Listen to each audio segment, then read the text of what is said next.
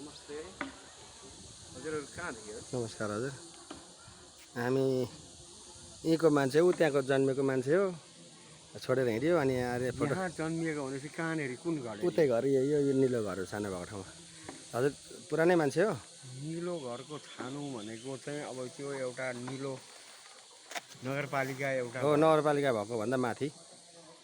त्योभन्दा माथि उयो माथिको निलो घर हो। हजुर हजुर। ए हजुरको शुभ नाम? मेरो चाहिँ शिव चापागाई हो।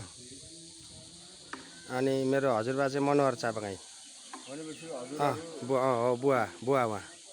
ए हजुर कुन छ? म जेठो। जेठो। ए